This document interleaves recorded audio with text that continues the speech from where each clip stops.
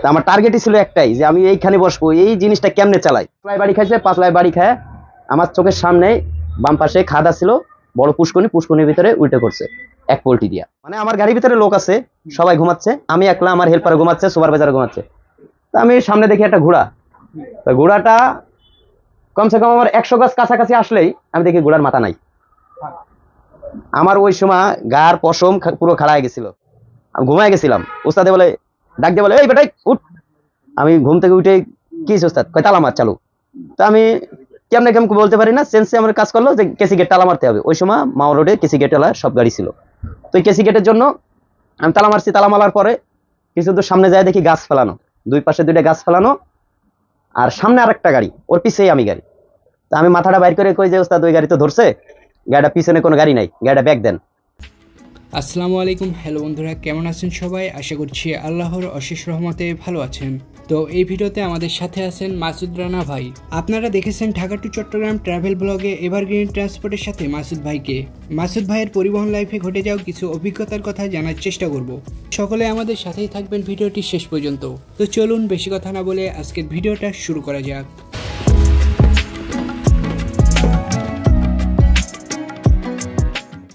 আসসালামু আলাইকুম ভাই, কি অবস্থা, কেমন আছেন? ওয়ালাইকুম আসসালাম, ভালো আছি। আপনি কেমন আছেন ভাই? এই তো আছি আলহামদুলিল্লাহ। ভাই বাসার সবাই কেমন আছে? আলহামদুলিল্লাহ, সবাই ভালো আছে। আপনার বাসার সবাই ভালো আছে? জি আলহামদুলিল্লাহ। তো ভাই শুরুতে আপনার পরিচয়টা জানতে চাইতেছি। আমার নাম মোহাম্মদ মাসুদ রানা।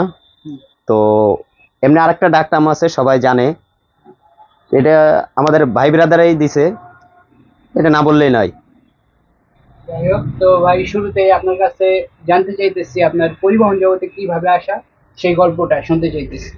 আমার পরিবহনের আশা হচ্ছিল, আমি খুব মধ্যবিত্ত ফ্যামিলির লোক। আমার ছোটবেলায় আমার বাবা মারা গেছে, আমার যখন 5 বছর বয়স, সেই সময় আমি নানু বাড়ি থেকে মানুষ হয়েছি। সেইখান থেকে আমি ক্লাস 3 পর্যন্ত পড়াশোনা করছি, তারপরে আর এগিয়ে যাওয়া হয় নাই। পরে আমি এই মোটর জগতে ছিলাম না, আমি একটা মিষ্টির দোকানে গেছিলাম। ওইখান থেকে কাজবাজ শেখার পরে মিষ্টির দোকানে আমার মন বসে নাই, কিরকম একটা আগ্রহ, অন্যদিকে ট্রাভেল এরকম একটা আগ্রহ। তো সেই হিসেবে মূলত ওইখান থেকে আমি ওই মিষ্টির দোকান থেকে চলে আসলাম। আসার পরে খুলনাতে যে হেল্পারি ধরছি, মনে করেন হেল্পারি আমি দীর্ঘ 8-9 বছর হেল্পারি করছি। তারপরে উস্তাদের সাথে থাইকে এইগুলো দেখাশোনা। তা আমার টার্গেটই ছিল একটাই যে আমি এইখানে বসবো, এই জিনিসটা কেমনে চালাই, আমি এই জিনিসটাই লক্ষ্য করছি। তো ইনশাল্লাহ মনে করেন আমার আল্লাহ আমার আশা পূরণ করছে, এর জন্য আমি এই অল্প বয়সে এত দূর পর্যন্ত এগোইতে পারছি। ফ্যামিলি দোয়ার ছিল, মনে করেন আমার অনেকেই হেল্প করছে। আপনার যে ওস্তাদ ছিল, সেই ওস্তাদ সম্পর্কে জানতে চাইতেছি। আমার উস্তাদ ছিল তার বাড়ি খুলনাতে, খুলনা শহরে। সে খুব মাটির মানুষ ছিল, কোনো নেশা পানি সিগারেট বিড়ি খাইতো না, অনেক ভালো ছিল। তারে কম বেশি সবাই চিনে খুলনা ডিস্ট্রিক্টের। তার নাম ছিল বেবি, সবাই বেবিতেই ভালো জানতো, আমি সঠিক আসল নামটা জানি না।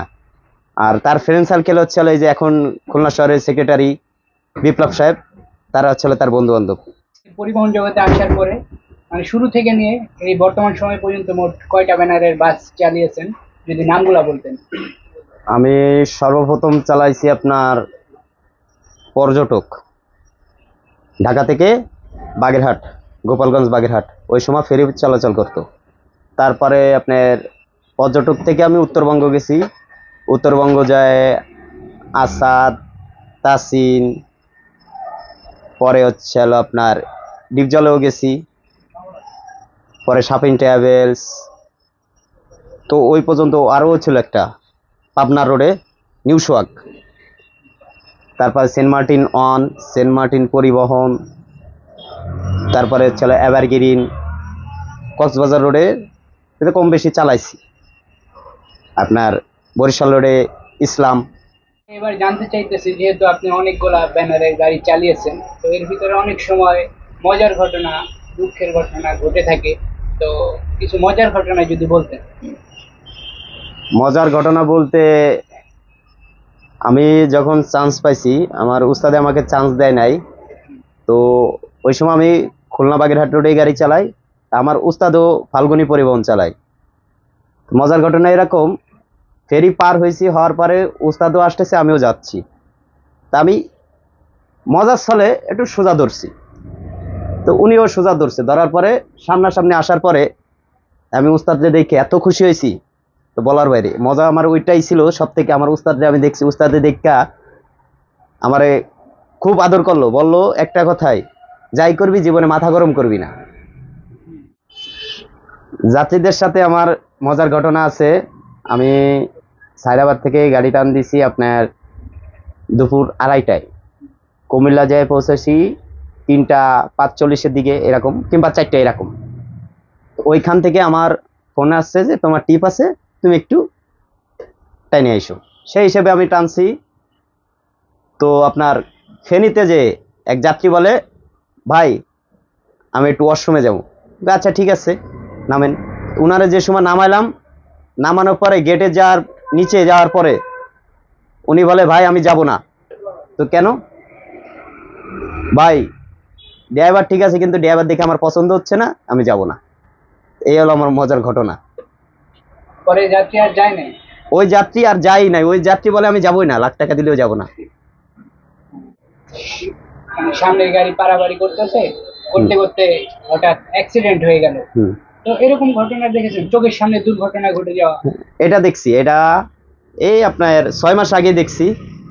সেটা হচ্ছে হলো কক্সবাজার রোডে ঢুকিয়া আপনার লোহাগাড়া বাজার, লোহাগাড়া বাজারে একটা ইউটার্ন আছে, ইউটার্নে তো আমি 50-55 যাচ্ছি। তো আমার পিছনে ছিল আপনার হচ্ছে হলো বেঙ্গল স্লিপার, আর সামনে থেকে তুবা স্লিপার আসতেছিল। তো আমি সোলো সোলো যায়, তো বেঙ্গল স্লিপার অনেক উত্তেজিত হয়েছে, আমি সাইডে দিছি যাও।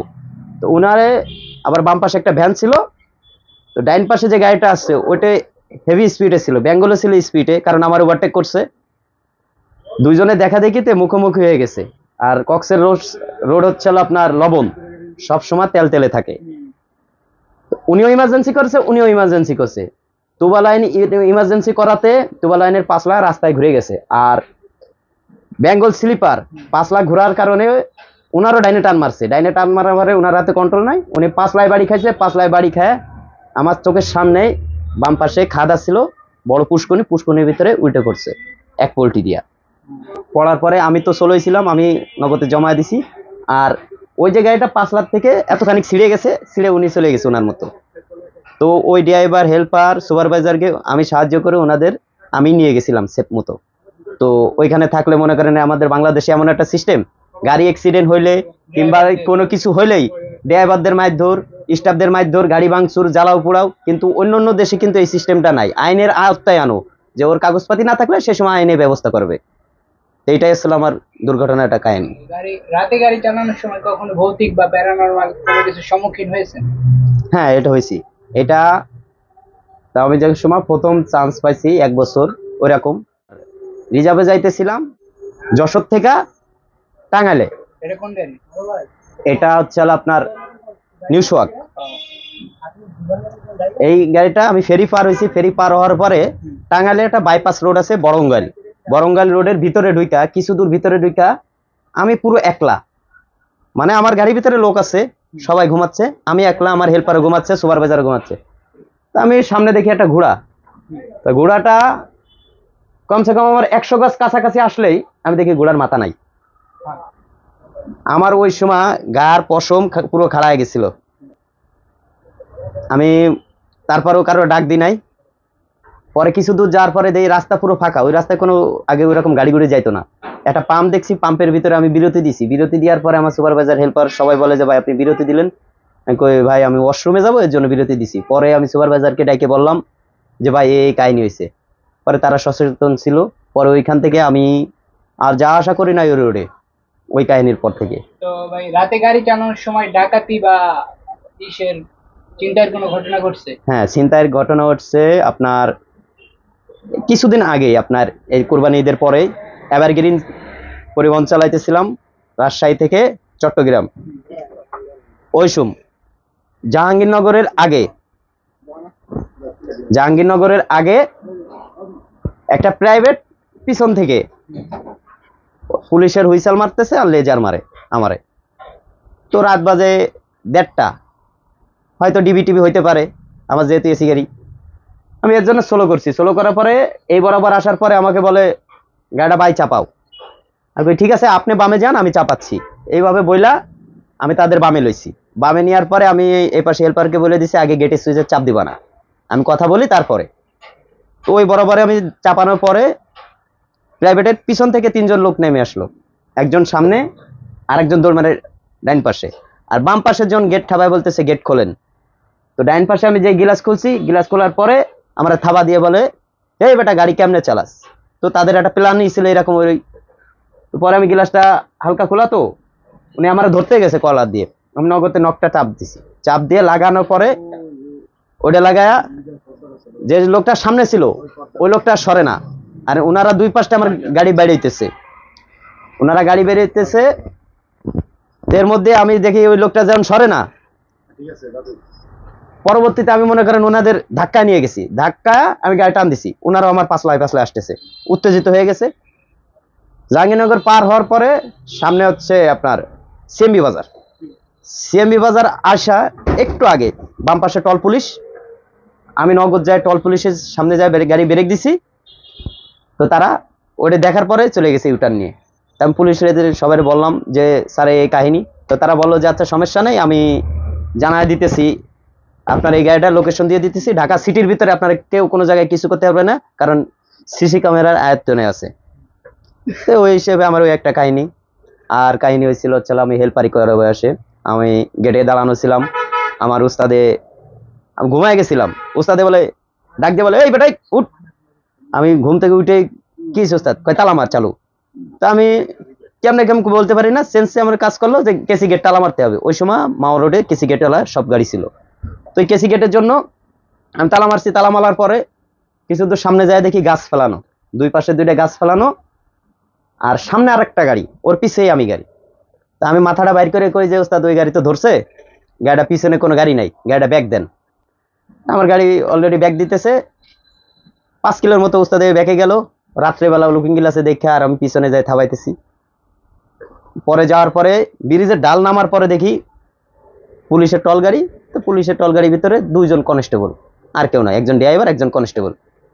তো তাদের আমি যা ডাক দিলাম যে স্যার এরকম সামনে এই কাহিনী হয়েছে। এর ভিতরে কিন্তু 4-5টা গাড়ি আরো ঢুকে গেছে, প্রাইভেট দিয়ে তাদের ডাকাতি হয়ে গেছে অলরেডি।